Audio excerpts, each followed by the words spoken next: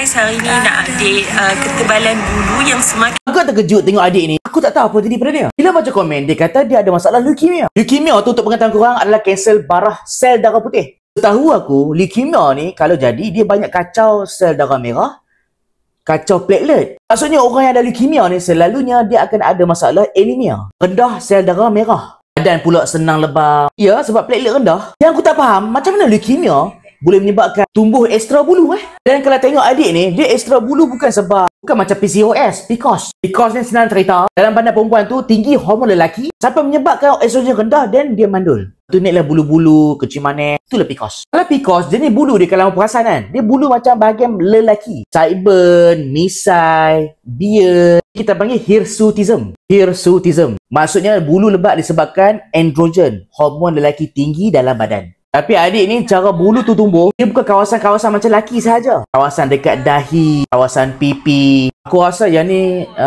apa term tu tak ingat. Hypertrichosis. Kalau hypertrichosis ni lain, dia tak ada kaitan dengan hormon lelaki tapi lebih pada side effect ubat. Bila baca balik komen adik ni, walaupun dia ada leukemia, tapi gambar adik ni sebelum buat rawatan leukemia. Ini pula bila on treatment, on medication lah. Kalau korang perasan, komen dia kata apa? Dia buat stem cell transplant. Aku faham dah. Kalau leukemia, dia akan buat satu rawatan kita panggil bone marrow transplant.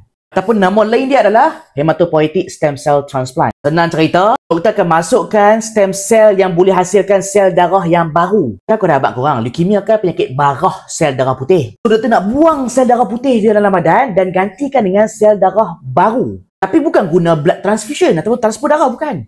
Dia transfer stem cell untuk hasilkan sel darah merah.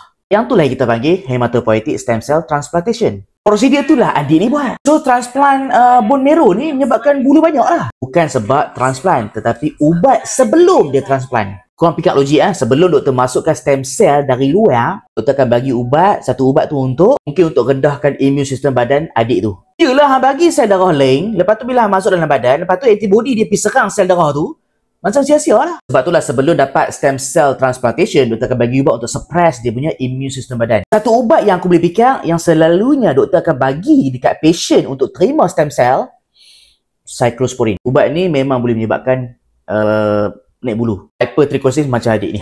Tapi yang bestnya, yang ni gambar yang dulu ketika terima treatment. Sekarang ni adik kita dah, alhamdulillah, dah kembali sihat macam biasa. Bulu-bulu tu semua dah hilang lah. Yang penting dia kembali sihat. So thank you yang tag aku. Sejujurnya aku pun baru belajar Aku baru tahu yang prosedur ni perlukan ubat yang akan naikkan bulu. Macam cyclosporine. Ni aku baru tahu. Aku belajar something hari ni. Thank you so much. So adik, abang doakan semoga dipermudahkan segala urusan dan Allah berikan kesembuhan. Amin. Ya Rabbal Alamin.